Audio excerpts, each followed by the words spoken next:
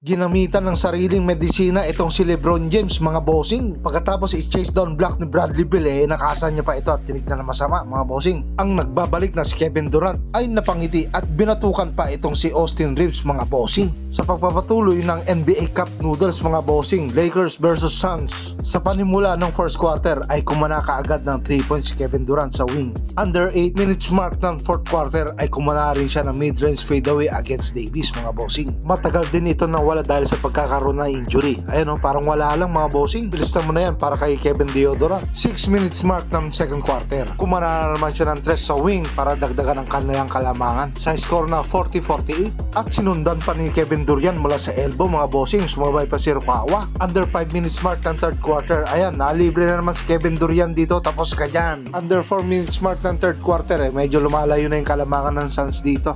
Hanggang sa fourth quarter ay nagpatuloy pa rin si Kevin Durant mga bossing.